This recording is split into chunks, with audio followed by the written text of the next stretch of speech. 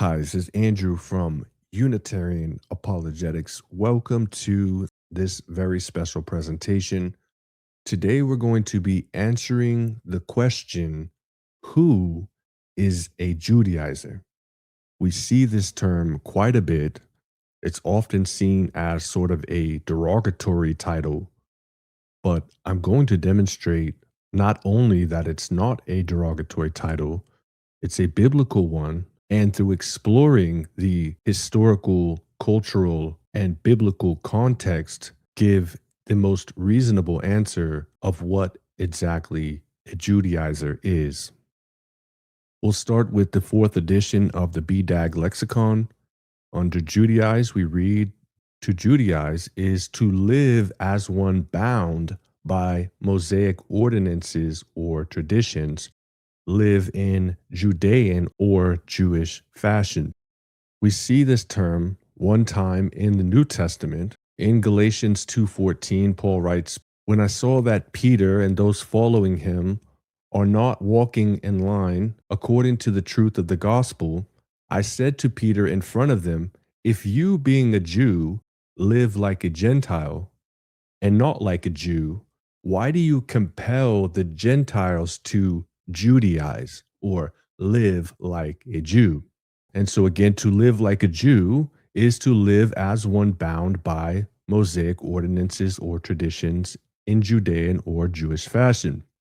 Now, the modern Gentile Judaizers will often object and say, well, this only pertains to table fellowship rules according to extra Mosaic traditions. And first of all, I would argue that this is only at best half correct, because even any extra Mosaic traditions that arose by certain Jews were still based on covenantal separation ordinances found within the Mosaic Law Code.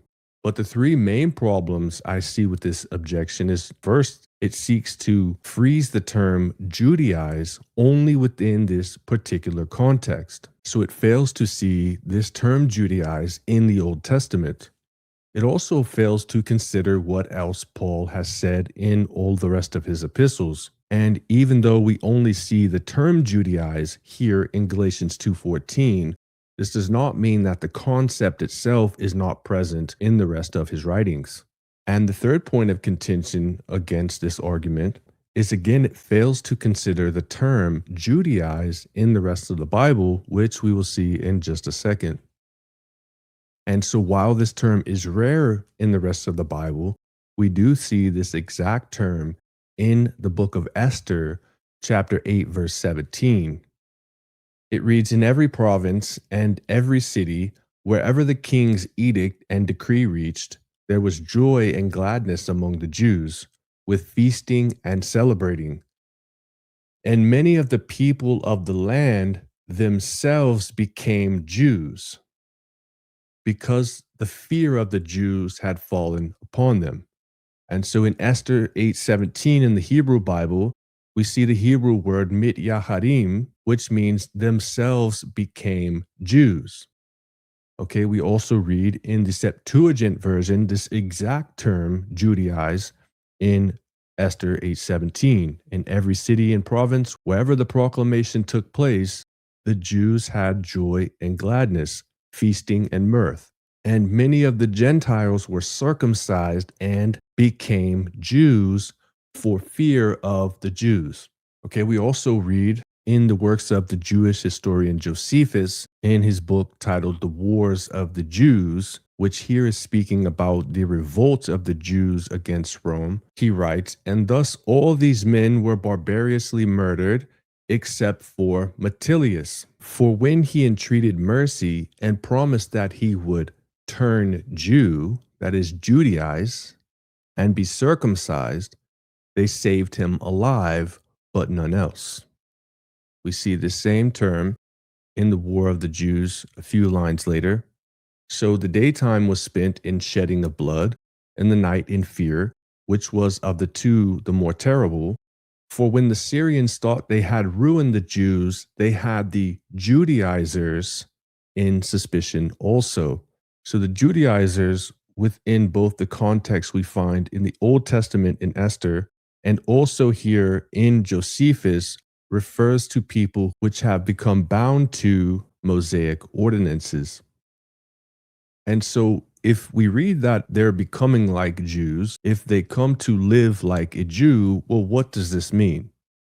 Okay, and one of the best ways to explain this is to see that they have adopted certain covenant boundary markers, which can be defined as visible signs or practice behaviors that identify who belongs to God's covenant community. And these covenant boundary markers can be best categorized into these four different categories, namely circumcision, food laws, calendar observance, and temple centered practices. First, considering the covenant boundary marker of circumcision, it is true that we see in Genesis 17 that Abraham was circumcised as a sign that he was in covenant with God. But under the Mosaic law code, circumcision became required to enter into the Mosaic covenant.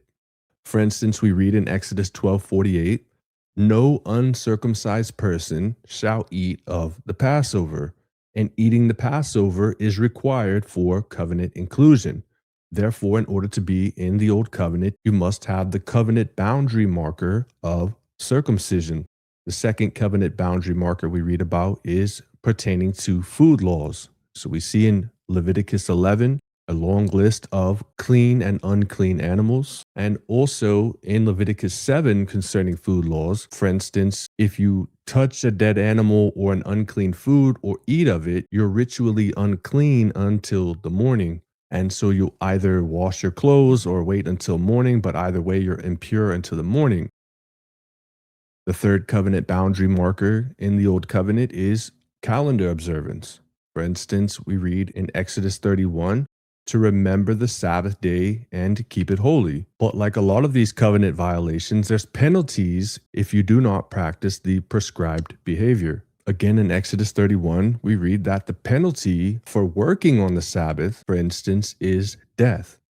And so you're to keep this calendar observance of the Sabbath as a covenant boundary marker. And if you're found working on the Sabbath, the penalty is death. Another important calendar observance is the Day of Atonement, Yom Kippur. On the Day of Atonement, you are to fast or you're cut off from your people. And anytime we see this term cut off from your people, it's this Hebrew word kara, which means cut off. And so if you violate these various ordinances, you're cut off from God's covenant people. Therefore, you're out of covenant with God. And if you work on the Day of Atonement, you are to die. The fourth and final covenant boundary marker, which is important here, is temple-centered practices. Now, this is not so relevant today because there is no physical temple. However, most Jews, not all Jews, but most Jews and the Judaizing Christ believers are awaiting a third physical temple, which is never coming.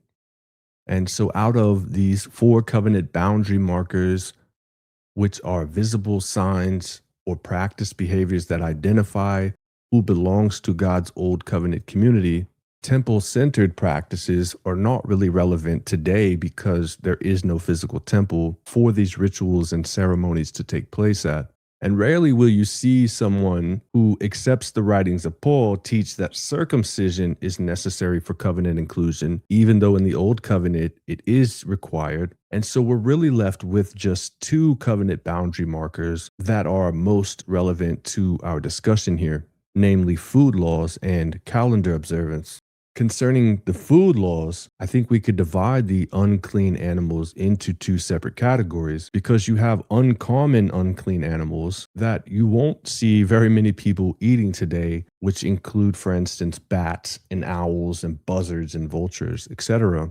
But more common unclean animals, which people might argue about, would be pork, for instance, or seafood with no fins or scales. So shrimp, lobster, crab, catfish, etc.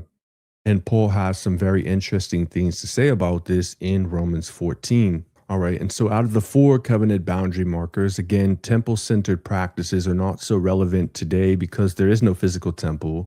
Rarely, if ever, will you hear anyone preaching about circumcision as a requirement for covenant inclusion, oddly enough. So the food laws could be contested, although I would argue that Paul does cover this in Romans 14.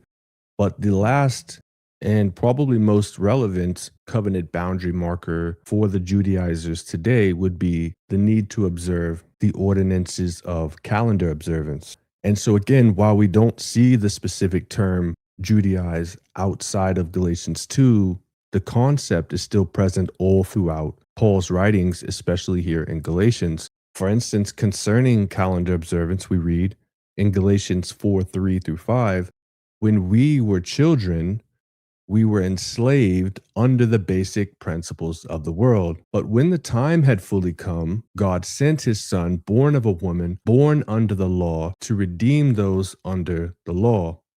And we notice that Paul says here, when we, Jews, were children, we were enslaved under the basic principles of the world. And so I want to focus especially here on this phrase, enslaved under the basic principles of the world. And the word we see here, which is translated basic principles of the world, is the Greek word stoicheia. Again, in the BDAG 4th edition, we read that one of the main definitions within the semantic range of stoicheia is basic components of celestial constellations, heavenly bodies.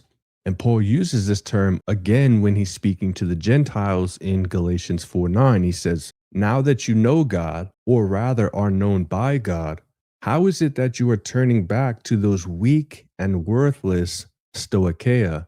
Do you wish to be enslaved by them all over again? And that Paul means basic components of celestial constellations and heavenly bodies is apparent when in Galatians 4:10-11, he says, you are observing special days and months and seasons and years. I fear for you that my efforts for you may have been in vain.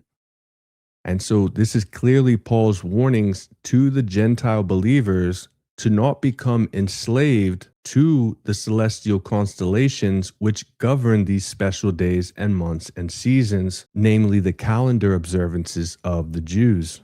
All right, and so to summarize, we've seen, according to BDAG, that to Judaize is to live as one bound by Mosaic ordinances or traditions.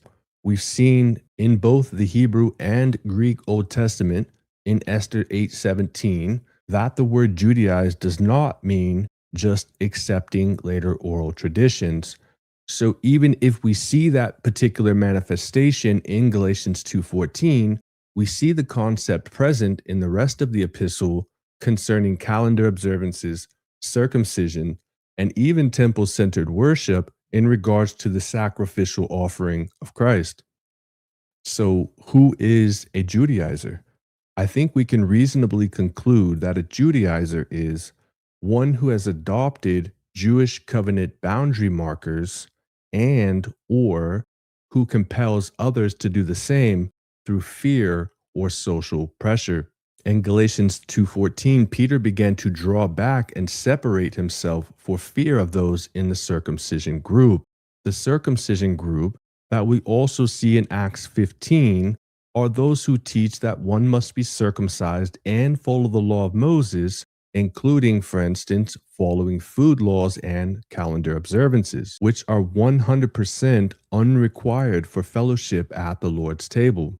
Now, according to Romans 14, we should be sensitive towards others' views.